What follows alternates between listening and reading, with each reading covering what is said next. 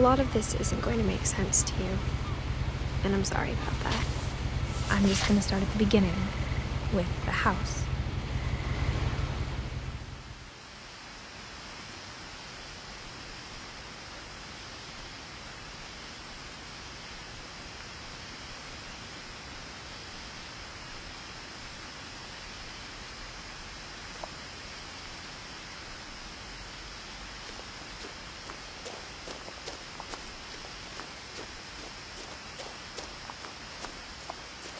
I lived here until I was 11, but I wasn't allowed inside half the rooms.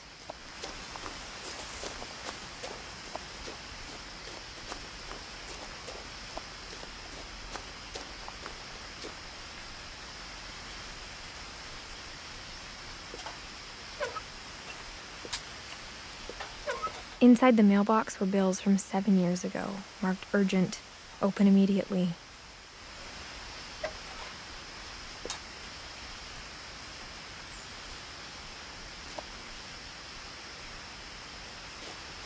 I hadn't been back since my brother Lewis's funeral.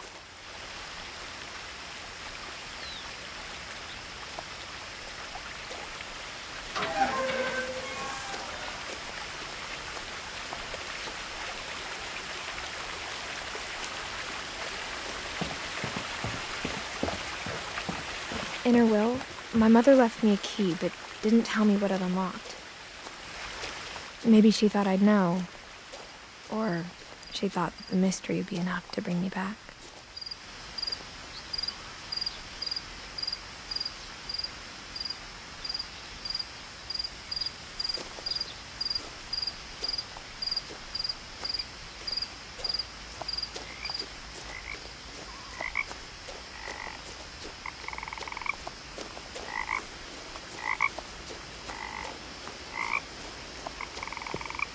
The truth is, even after I inherited the house, I never thought I'd come back to it. But now I had questions about my family that only the house knew the answers to. The woods around the house have always been uncomfortably silent, as if they're about to say something but never do.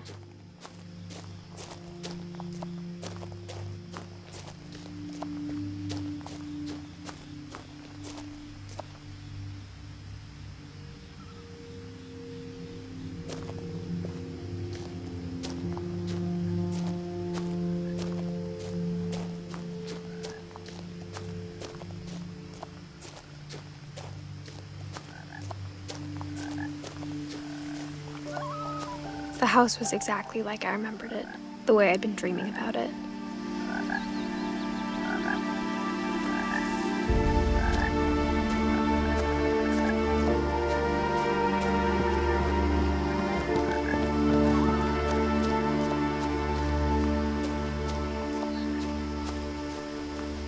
As a child, the house made me uncomfortable in a way I couldn't put into words.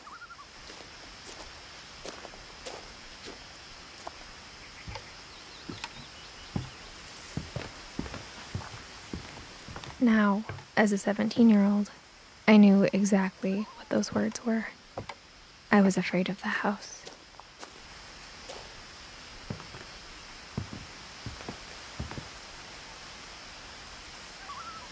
I hoped the key might unlock the front door. It didn't.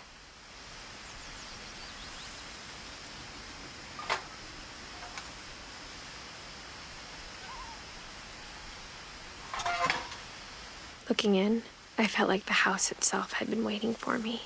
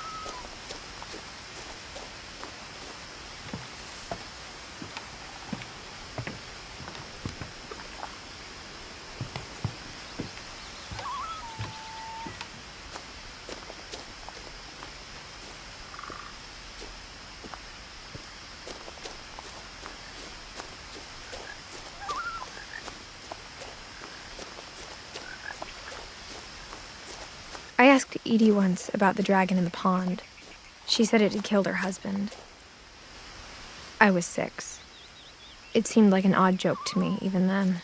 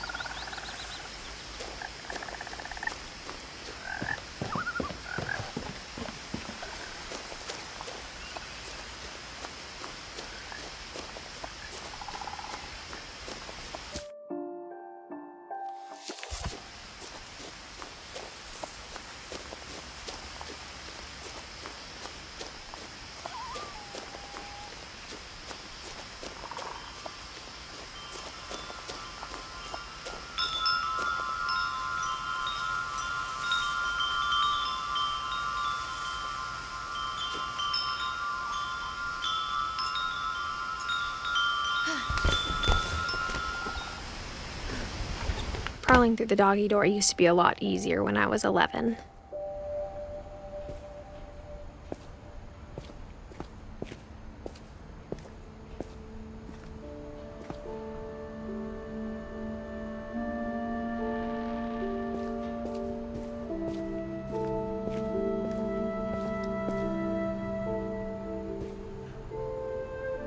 The power had been turned off the night we left. For the first time in years, I felt like I was home.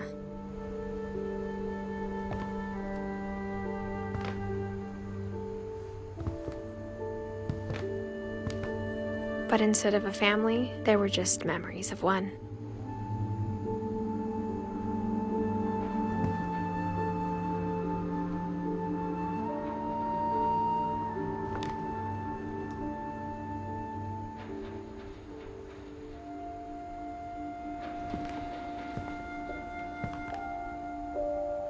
Like how after Louis started working at the cannery, we all got sick of eating salmon. Except our cat, Molly.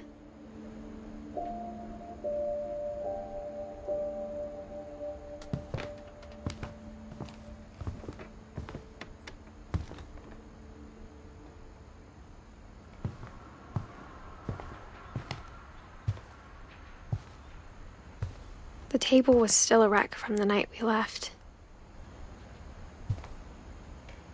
It was like a bomb had gone off, killing everyone but sparing the furniture.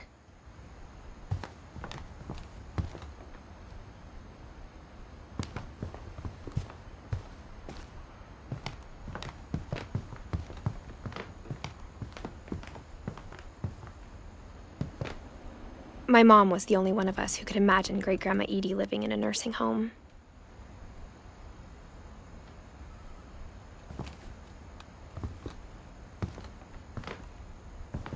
Nothing in the house looked abnormal. There was just too much of it, like a smile with too many teeth.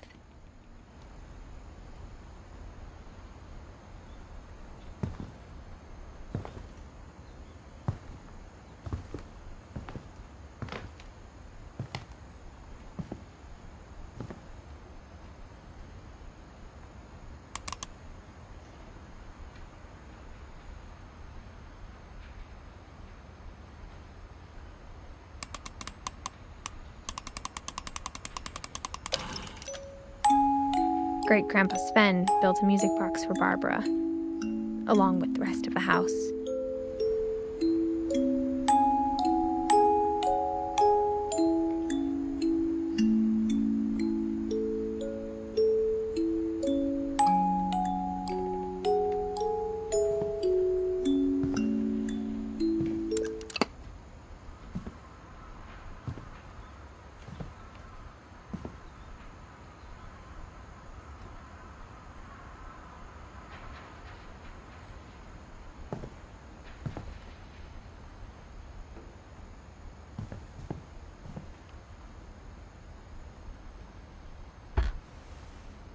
Edie told me once that every Finch who ever lived is buried somewhere in the library.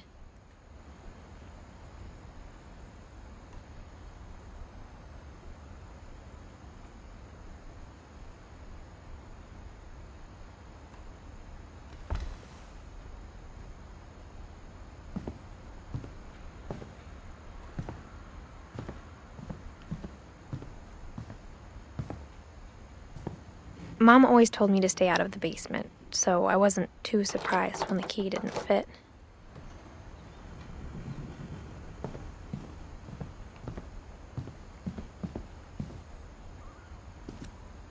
After Milton disappeared, Mom sealed up all the bedrooms.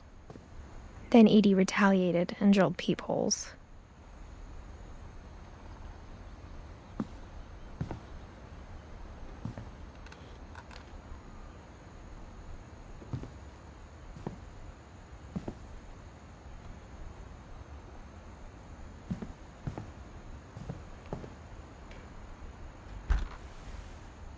Molly always seemed like a girl I could imagine being friends with, if she hadn't died in 1947.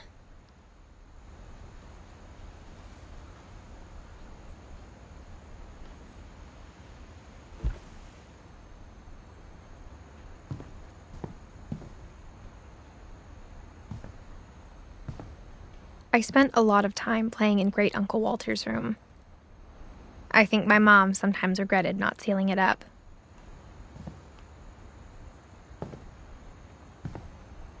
Lewis told me there were secret passages, but I never believed him.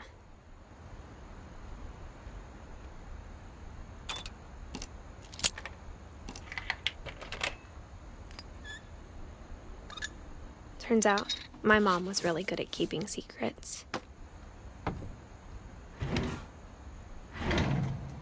Now it was time to find out what my mom had been afraid of.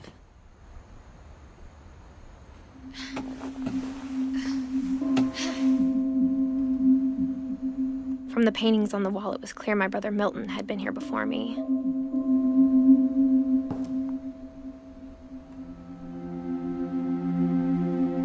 Reading this, maybe it sounds like I had a plan.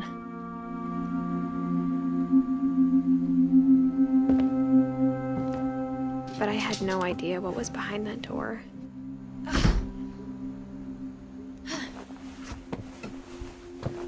Just like I had no idea where all this was gonna lead.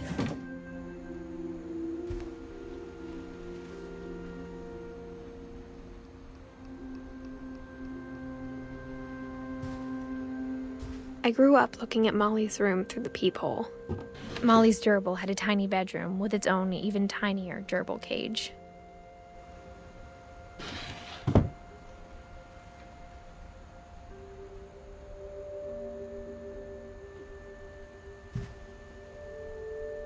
Being inside for the first time, I felt like I'd stepped behind a painting.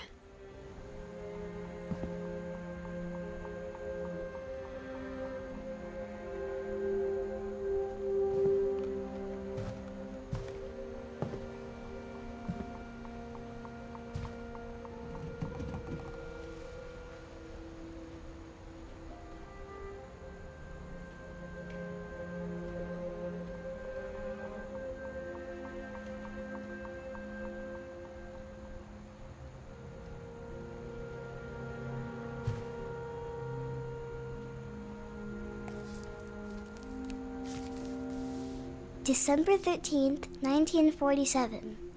Dear Diary, I'll be gone soon, but I wanted to tell somebody about what's gonna happen.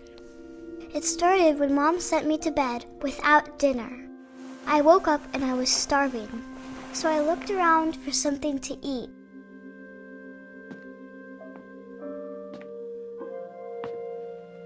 The gerbil food was dry, but I didn't mind it.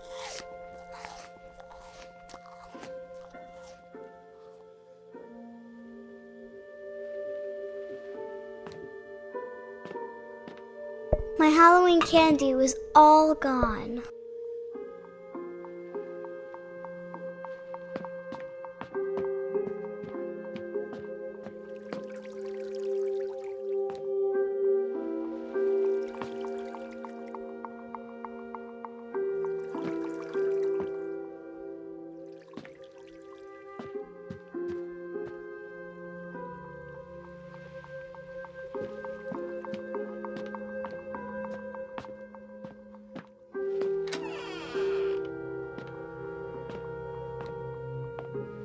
I kept eating and eating.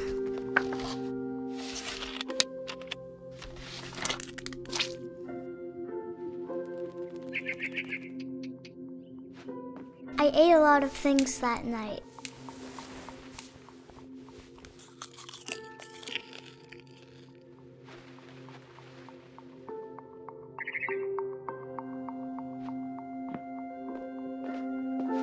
Then I heard chirping outside my window.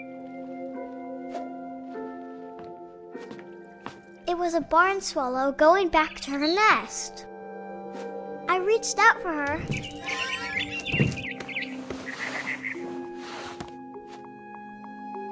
And suddenly,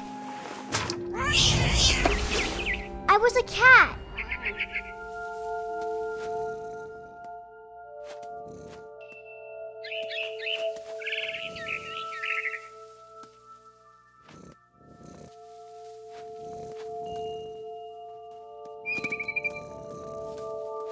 I tried to be quiet, but the bird was really scared.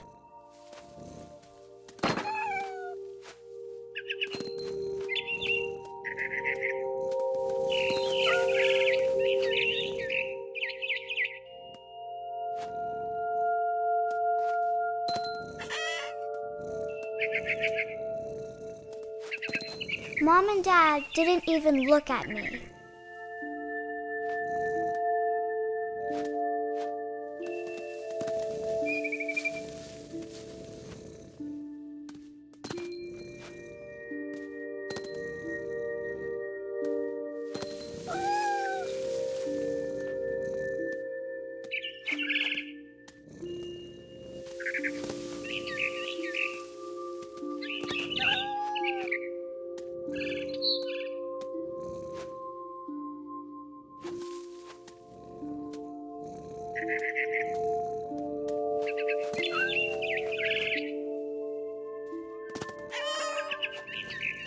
The babies were all gone.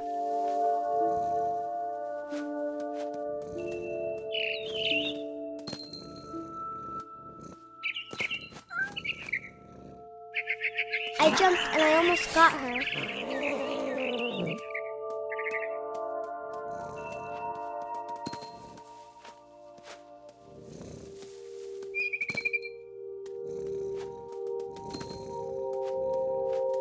I could tell she was getting really tired.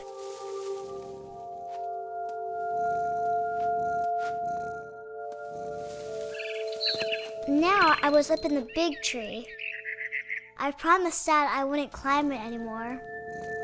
All I cared about was eating that mama bird.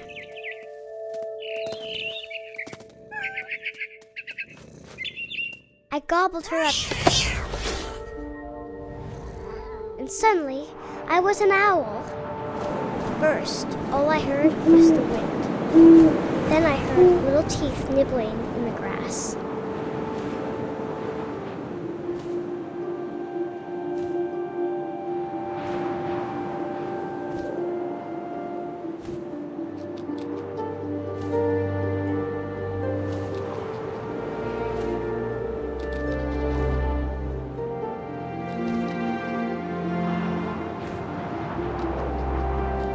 Rabbits.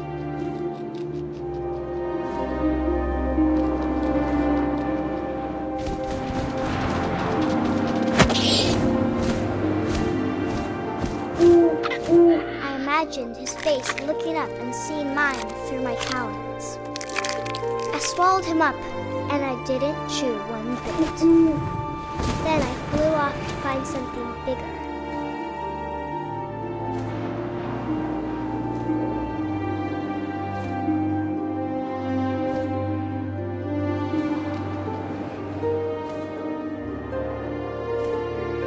A mama rabbit.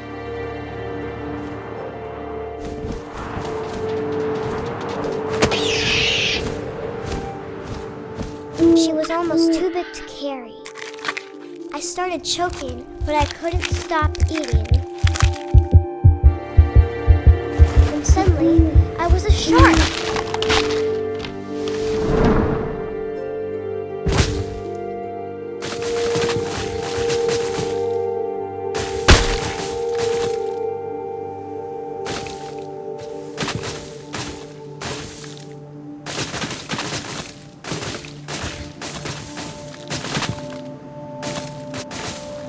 I rolled off a cliff and into the ocean. Now, I was hungrier than ever.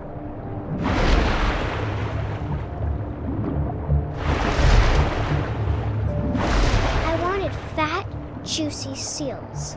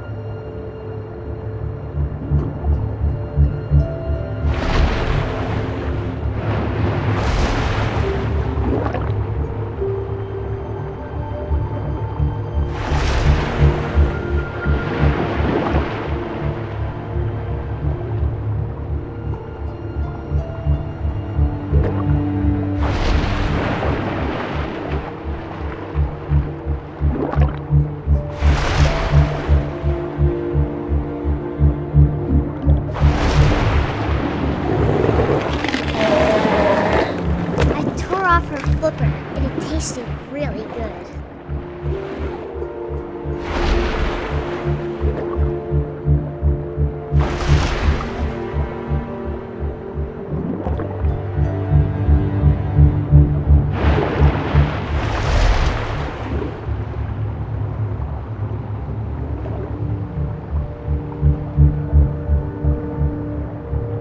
I grabbed on tight, but I was so hungry.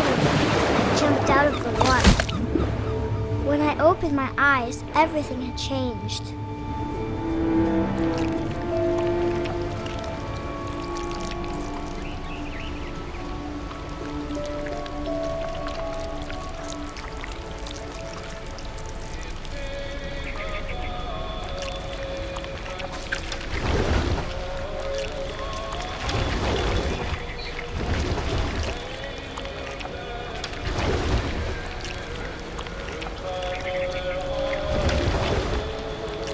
Now I was a monster, and I smelled people everywhere.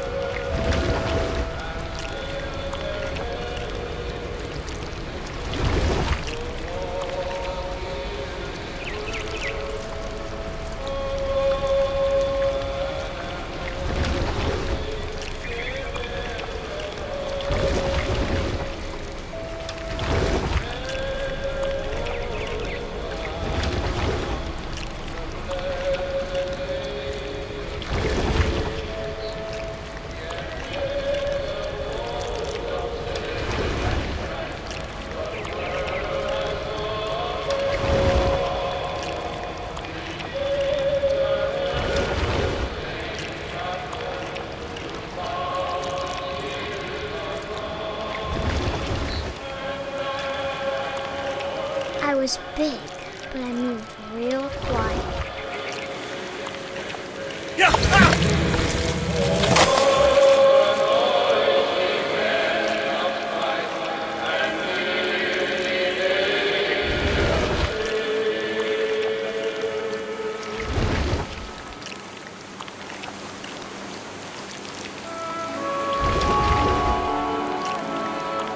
I wanted to stop, but also I didn't.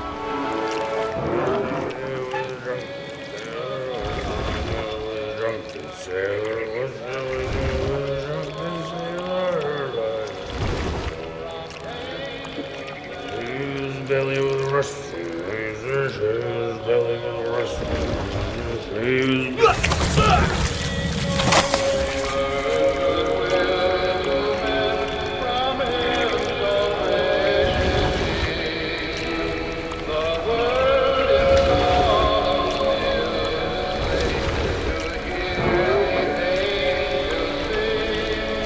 After the last passenger, I was was still hungry. And across the water, we smelt into new, something I had to have, so I swam towards it.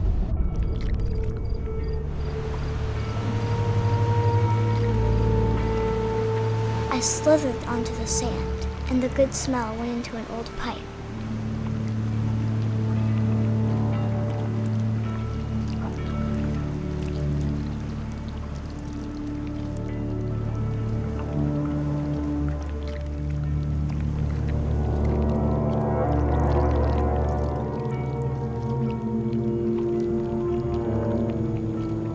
I got closer and closer.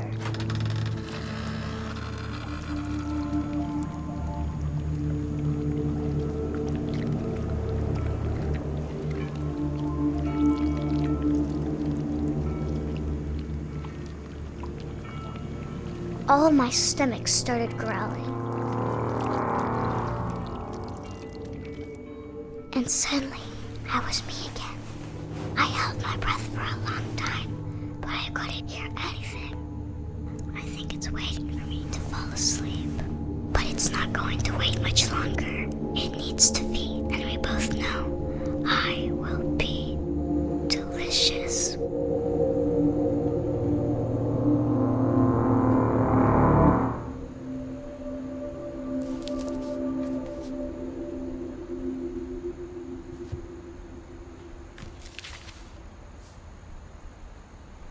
I'm not sure if I believed all of that, but I'm sure Edie would have.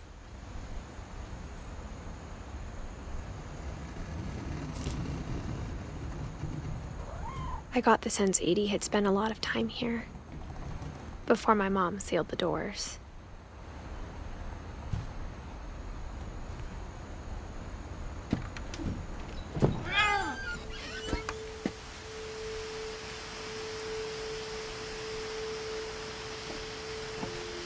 This will be obvious later, but my mom never told me any of these stories. Edie would have, but Mom didn't like bringing up the past. Though, when we adopted a stray kitten, she was the one who named it Molly.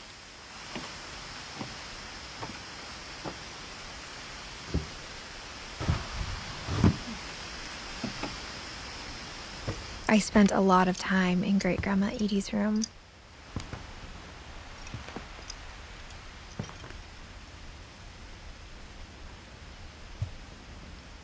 Louis died a week before we left, but Edie had already started to memorialize him.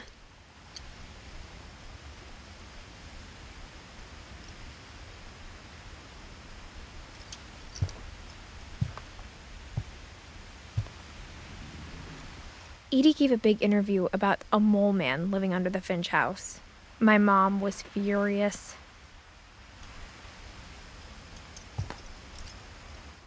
I hadn't thought of myself as Edith Jr. for a long, long time. When Edie told people Sven was killed by a dragon, she could also have said he was building a dragon-shaped slide that collapsed. She could have, but she didn't.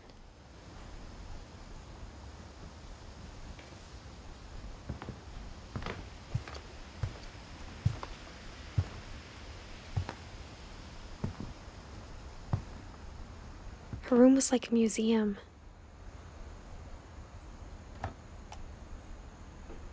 For 500 years, the Finches have been famous throughout Norway for their fortune and misfortune.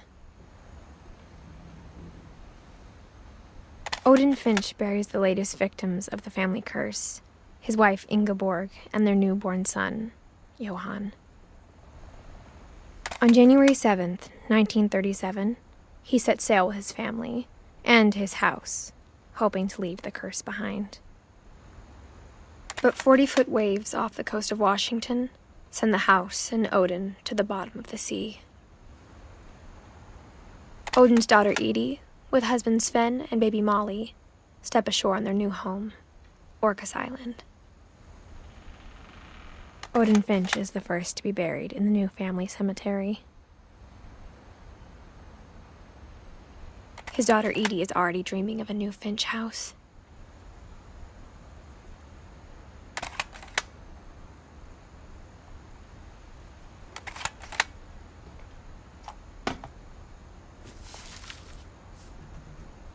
Whatever's wrong with this family, it goes back a long ways.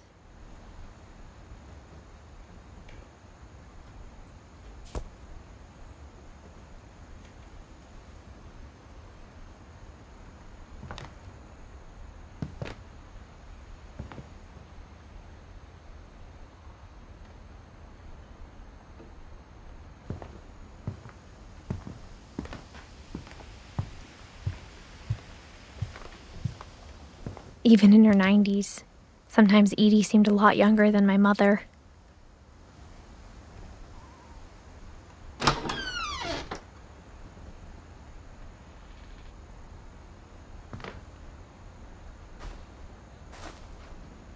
The only trace Grandpa Sam's first wife, Kay, left on the house was the pink bathroom.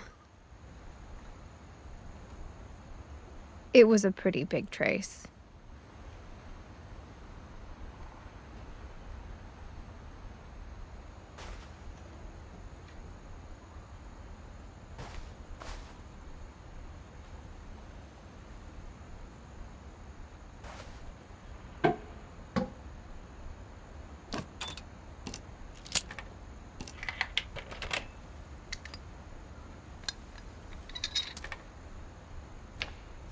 There's a secret in this bathroom.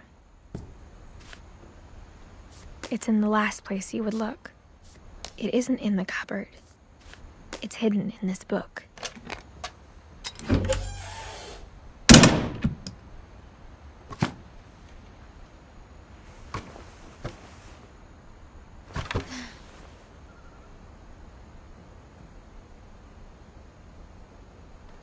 Sven gave Sam an old camera he'd refurbished. He never put it down.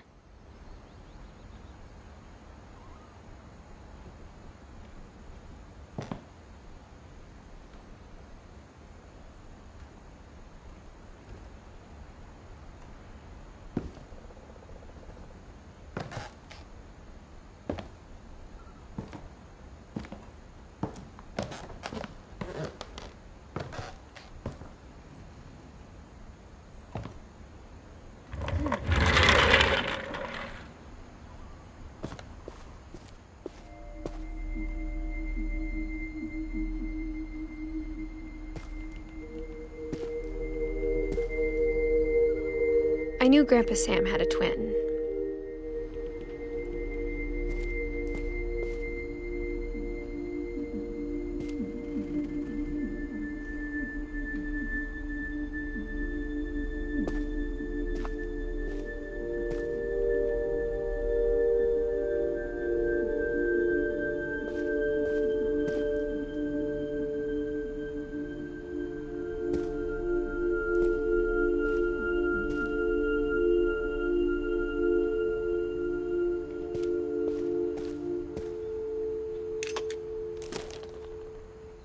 And that he never talked about him.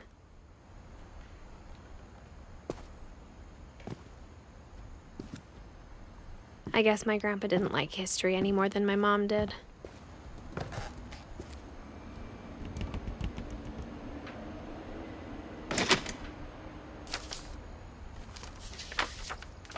How I Want to Remember My Brother by Sam Finch. The thing I remember is that when he made up his mind, that was it.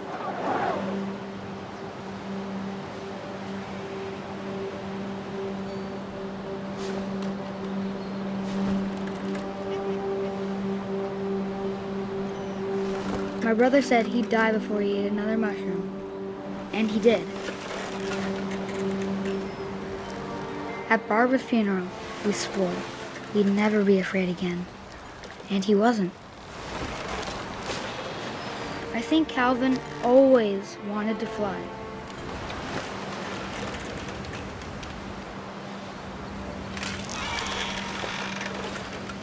Sam! Calvin!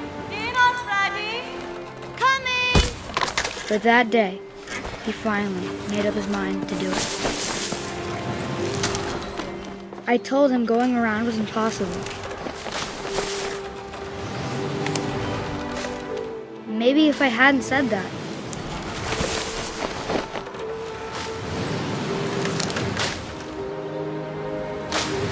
Calvin, I'm not gonna maybe if the wind hadn't picked up,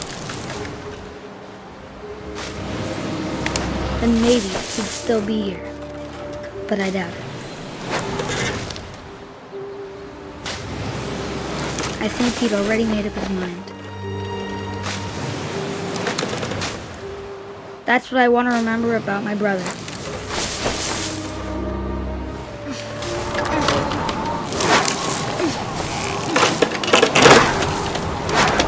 The day he made up his mind to fly.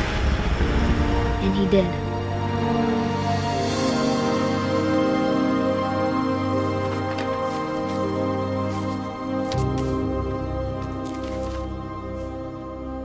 Calvin's story felt strangely familiar. When I was younger, I remember trying to do the exact same thing.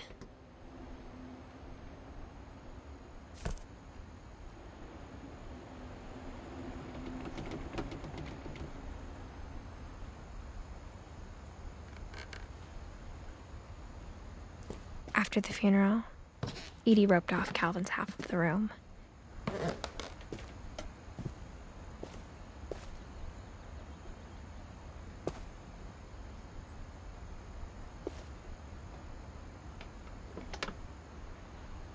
Mom said Grandpa Sam enlisted at 18 and never set foot in the room again.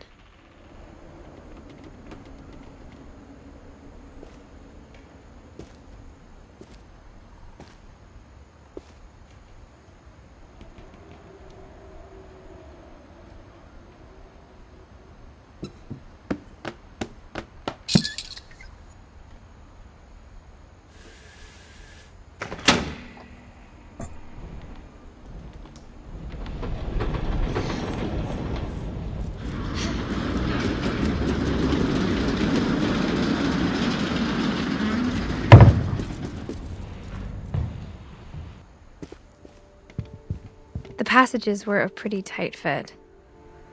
They'd obviously been built for smaller hands and bellies.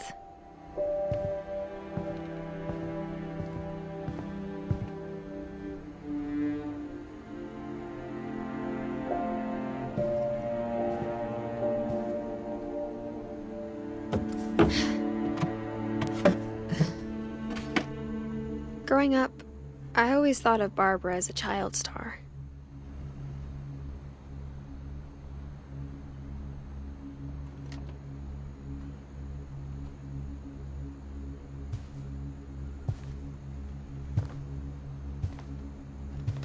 I never thought about how hard it must have been for her afterwards.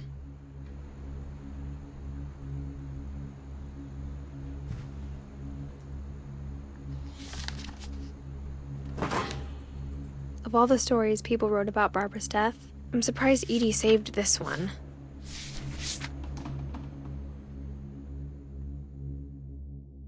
Old Jack here with another ghastly tale inspired by America's most unfortunate family.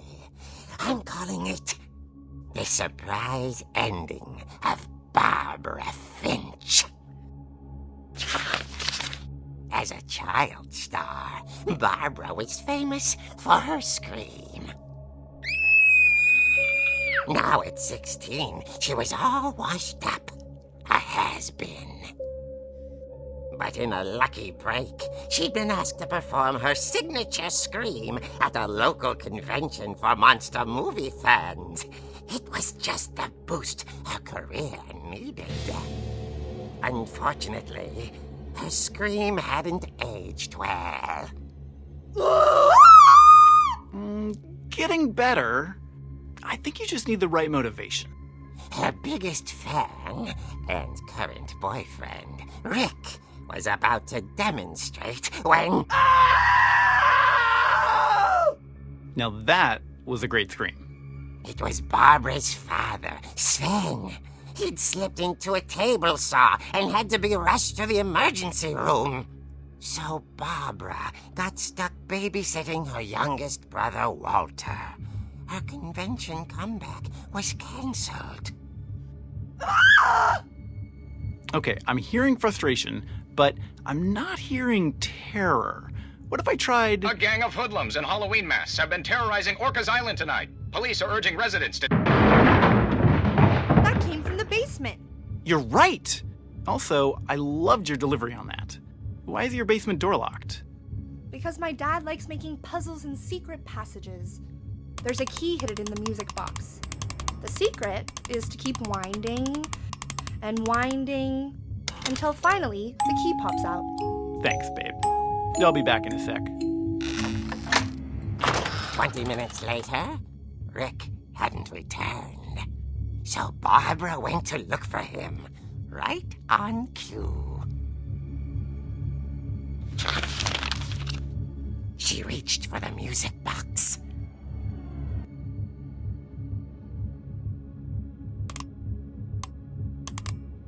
And as she wound the key, she listened for Rick, but the house was silent.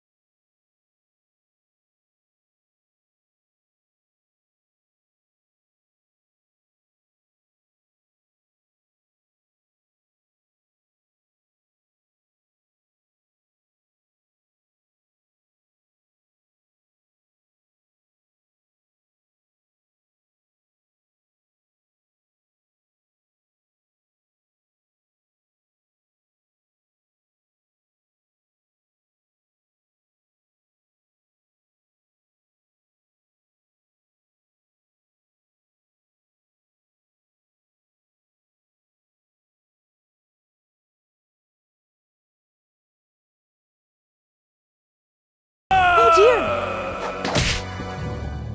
Oh! Rick? Barb, relax. I was just trying to scare you to help you find your scream. Well, I'm not scared, Rick. I'm furious. Then act furious. All I'm getting from you now is that you're hurt and confused and She threw him out, but she kept a little something to remember him by. Barb, have you seen my other crutch? And she was still holding it when she fell asleep watching the late picture show. Hours later... Barbara! Walter, what's going on up there? Ah! Okay, I'm coming up, but if this is a trick, you're dead, Walter.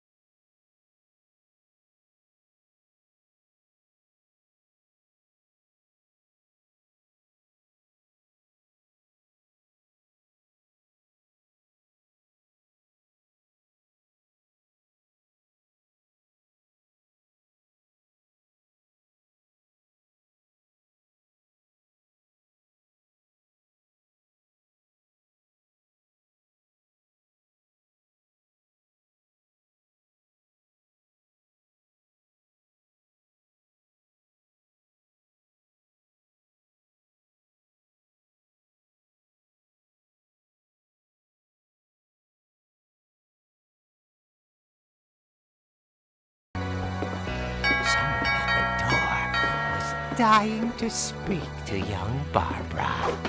At the door, she heard whispering. It was coming from inside the house.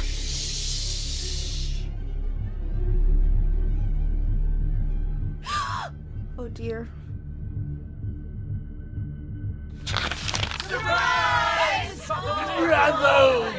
You were wonderful. The monsters had come to surprise her. For Barbara, it was a dream come true. Then she saw what kind of monsters they were, and she realized what was about to happen. She was going to be famous. And with her final breath, Barbara Finch gave the performance of her life.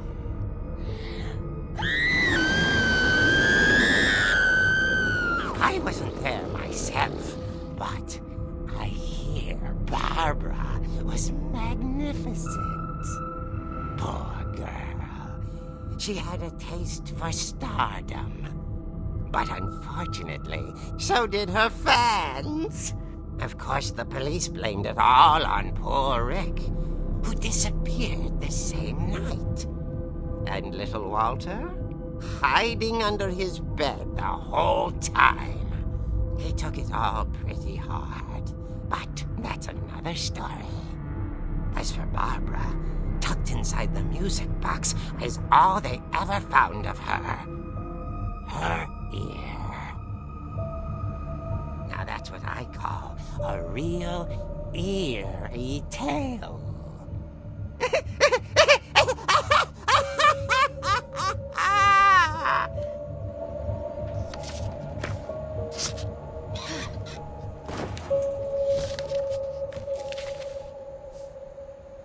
Edie told me all Barbara wanted was to be remembered, as absurd as that comic was.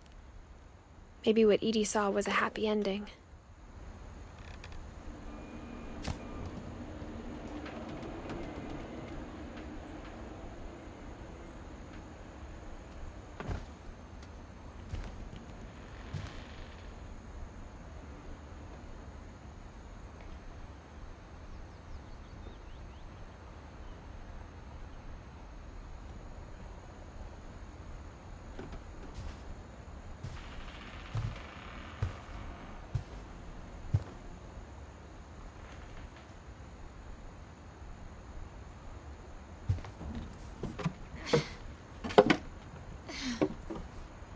I guess now I know why Mom didn't like me playing with the music box.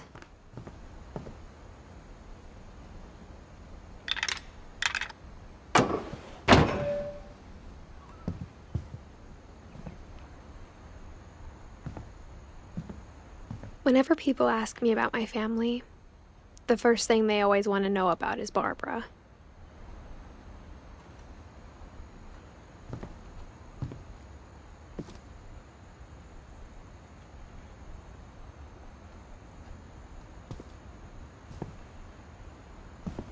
Edie's father, Odin, built the original house.